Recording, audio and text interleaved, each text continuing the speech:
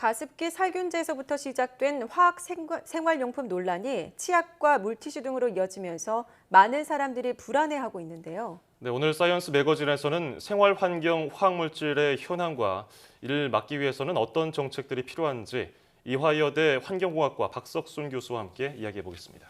어서 오십시오. 예, 안녕하세요. 예. 자, 일단은 수많은 인명 피해를 낸 가습기 살균제 사건의 이슈 때문에 많은 분들이 화학물질에 대한 걱정이 많아지고 있거든요. 특히 생활환경 화학물질이라는 것은 어떤 건가요? 예, 생활환경 화학물질은 우리가 일상적으로 사용하는 이 생활용품에서 배출되는 것, 그리고 또 직접 우리가 사용하는 그러한 화학물질이 환경오염 물질과 같은 경로를 통해 가지고 우리 인체에 피해를 주거나 또 자연 생태계에 피해를 줍니다. 좀 더 좀 구체적으로 말씀드리면은 우리가 일상적으로 살충제를 쓴다든지 소독제를 쓴다든지 또 우리 세정제, 또 치약, 비누 이게 다 화학물질입니다. 예. 이런 것들이 직접 배출되거나 아니면은 우리 가구라든지 가전제품 또 장난감 이런 데도 화학물질이 들어있거든요. 예. 이것이 우리 생활 공간에 배출되는 거죠. 그런 화학물질을 말합니다. 굉장히 지금 많은 것 같은데요. 예. 현재 우리가 사용하는 화학물질이 얼마나 되고 이걸 또 우리나라는 어떻게 관리하고 있습니까? 예. 지금 전 세계적으로 사용하는 화학물질을 한 10만여 종을 보고 있습니다. 그리고 매년 한 2,000종이 새로 개발돼 가지고 시판되고 있습니다. 그리고 또 우리나라는 지금 현재 한 4만여 종을 사용하고 있고 매년 한 400여 종이 새로 나오고 있습니다. 이걸 우리가 좀 더 철저히 관리해야 되는데 이 관리에 여러 가지 문제가 있게 말입니다. 예. 이 생활환경 화학물질이라는 것이 사람에 따라서 좀 민감하게 반응하는 분들은 더 피해를 그렇죠. 많이 보고 그러는 건데 이로 인해서 인명 피해도 종종 발생하고 있더라고요. 그렇죠. 지금 현재 전 세계적으로 이 생활환경 화학물질 피해가 많습니다. 예. 그리고 또 특히 선진국에서는 그래서 최근에 뭔가 하면은 환경 이슈 5대 이슈 중에 하나를 생활환경 화학물질이라고 합니다. 또 많은 것들이 우리가 지금 직접 이렇게 느끼지 못하고 이 생활환경 화학물질 피해를 보고 있으면서도 못 느낍니다. 이래 되는 이유가 뭔가 하면은 쉽게 우리가 생활 공간에 항상 함께 하고 있거든요. 예. 함께 하고 있으니까 그것이 직접 노출이 되는 거고 또 거기에 유해성 자체를 우리가 잘 지금 파악을 못 하고 있습니다. 그런 것 때문에 지금 현재 특히 우리나라의 경우는 선진국보다도 지금 한참 지금 관리가 좀 소홀히 하고 있다고 보면 됩니다. 그 종류도 굉장히 많기 때문에 국내 규정과 정책이 이걸 다 규제할 수 있을지 참 의문스러운데요. 선진국과 비교했었을 때 이런 정책이나 관리 체계가 어떤지 좀 알려주시죠. 선진국의 경우는 지금 특히 유럽 같은 거, 또 미국 같은 데는 이러이러한 화학물질은 인체에 유해하지 않으니까 사용해도 된다. 그 되는 물질만 사용을 허가하는 겁니다. 그 나머지는 못 쓰게 합니다. 그걸 우리가 포지티브 시스템이라고 그러는데 우리나라는 지금 현재 이러이러한 물질은 인체에 나쁘니까 쓰지 말아라. 그러면 쓰지 말아라는 거 빼고는 다 쓰는 거죠. 그러네요. 그게 네거티브 시스템이죠. 우리도 하루 빨리 이것을 바꾸어 나가야 되는 거죠. 나가야 되는데 지난 2013년도에 우리나라가 이 화학물질에 대해 가지고 이 중요성을 알고 법을 새로 만들었습니다. 화학물질의 등록 및 평가에 관한 법률을 해가지고. 그래서 우리나라에 지금 사용하는 모든 화학물질을 평가하고 등록을 하고 있는 거죠. 근데 이 법에도 지금 현재 아까 조금 전에 말씀드렸던 선진국에서 사용하는 포지티브 시스템은 빠져 있는 거죠.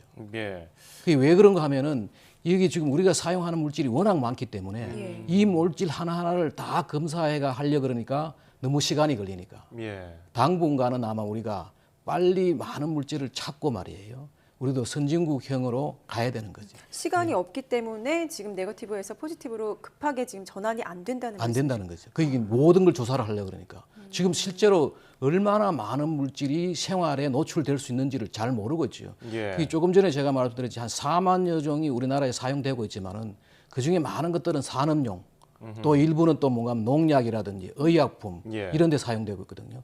그리고 그 나머지 일부가 우리 생활용품으로 사용되는데 과연 어떤 것이 어떻게 사용되는지를 전체적으로 지금 파악을 못 하고 있는 거죠.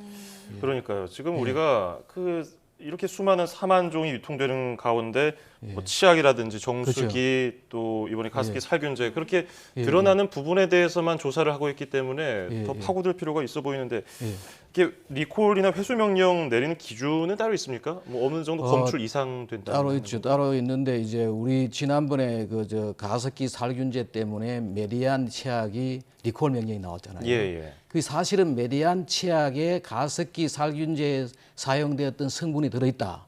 이렇게가 리콜이 됐는데 실제로 이게 메디안 치약을 만들 때는 법을 어긴 게 아니거든요. 그게 왜냐하면 우리나라가 네거티브 시스템을 쓰기 때문에 금지하지 않는 물질이기 때문에 그러니까 이를 썼는데 또 나중에 보니까 이게 워낙 가습기 살균제의 문제가 때문에 이걸 리콜했는데 또 이 생활환경 화학물질의 또 하나의 특징이 뭐냐면은 같은 물질이라도 어디로 들어가느냐?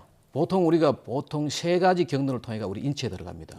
하나는 이제 폐로 들어가는 거, 또 하나는 이제 우리가 음용하는 거, 또 하나는 이제 피부 접촉인데 같은 물질이라도 폐로 들어갔을 때 하고 음용했을 때 하고 피부 접촉이 다 다르거든요. 근데 이게 가습기 살균제 성분은 사실은 이게 폐로 들어가니까 아주 치명적인 피해를 줬죠.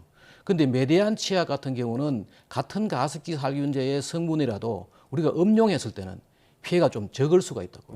그렇지만은 이 이제 워낙 파장이 크기 때문에 이것을 이제 리콜한 거죠. 실제로. 이게 법적으로는 문제가 안 됐지만 법적으로 안 됐죠. 이 정수기 문제는 또 다르게 그렇죠. 발휘되지 않겠습니까? 지난번에 이제 니켈이 정수기에 니켈이 검출돼가 리콜을 했지요. 이 경우는 이제 법적으로 문제가 되는 거죠. 그 정수기 물에 니켈이 나올 이유도 없고 그걸 허가할 수도 없는 거죠. 그런데 이것은 뭔가 자체 결함에 의해 가지고 나왔거든요. 그 첫 번째 경우는 법을 어기지 않았지만은 리콜이 됐고 두 번째 경우는 뭔가 하면은 법을 어겨서 리콜이 된 경우를 말합니다. 근데 이런 가습기 살균제 성분이 뭐 식염수에도 들어있다고 하고 물티슈에도 들어있다고 하고 소비자들이 이걸 써야 되는지 말아야 되는지 정말 혼란스럽거든요. 그렇죠. 그게 우리나라가 지금 여전히 네거티브 시스템 쓰지 말라는 것 말고는 다 써도 된다. 그리고 계속해서 새로운 물질이 나오니까 그것 때문에 생겼는 문제입니다. 우리가 앞으로 이제 선진국처럼 제도를 바꿔 나가야 돼요. 그래서 이런 사건이 터지고 또 특히 환경 분야에 있는 분들은 국가를 너무 믿지 말아라. 자기 몸을 지키기 위해서는 본인이 지켜야 되지 국가가 다 이걸 제대로 지금 못하고 있는 거죠. 게다가 지금 우리나라는 화학물질을 여러 부처에서 분산해서 관리하고 있기 때문에 더 규제가 어렵다고 하던데요. 그런데 선진국도 역시 마찬가지로 화학물질을 다 분산해가 있습니다. 우리나라는 특히 뭐 비료라든지 농약 같은 농축산식품부에서 또 여러 가지 또 다른 유해 화학물질은 환경부에서 또 의약품이라든지 화장품 같은 경우는 보건복지부에서 여러 부처에 나가 있는데 선진국도 그렇게 하고 있습니다. 하고 있는데 근본적인 문제는 뭐냐? 이게 생활환경 화학물질을 지난번 가습기 살균제 같이 공산품으로 간주를 하는 거죠. 그 공산품으로 간주하니까 가습기 살균제도 살균만 잘하면 오케이. 그것이 우리 인체에 어떤 영향을 주는지를 파악을 못한 거죠. 빨리 우리가 이 생활환경 화학물질을 전체를 파악을 해가지고 바꾸어 나가야 되고 그 바꾸어 나가는 과정에는 우리가 실제 이런 제품을 사용하는 기업체들이 스스로 알아서 말입니다. 규제를 해야 됩니다. 스스로 알아서 규제하지 않으면은 이 국민들은 계속해서 피해를 볼 수밖에 없습니다.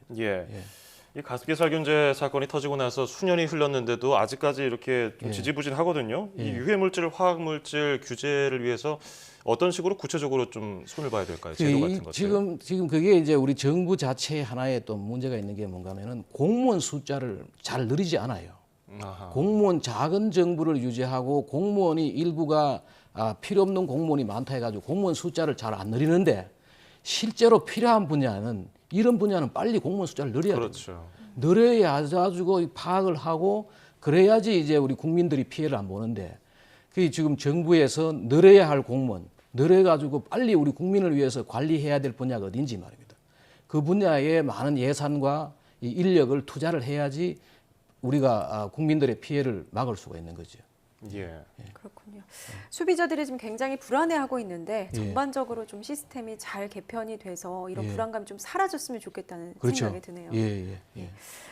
네, 지금까지 이화여자대학교 환경공학과 박성순 교수와 함께했습니다. 오늘 감사합니다. 감사합니다.